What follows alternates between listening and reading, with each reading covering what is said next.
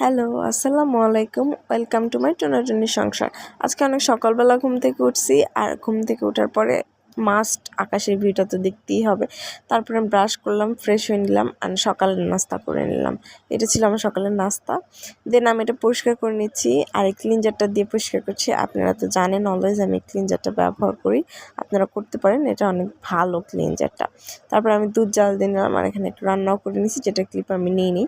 তারপর আমি ঘরটা তাড়াতাড়ি করে পরিষ্কার করে নিচ্ছিলাম। আজকে আমি অনেক সকালবেলা ঘুম থেকে উঠছি, আর কাজগুলো অনেক তাড়াতাড়ি করে ফেলছিলাম।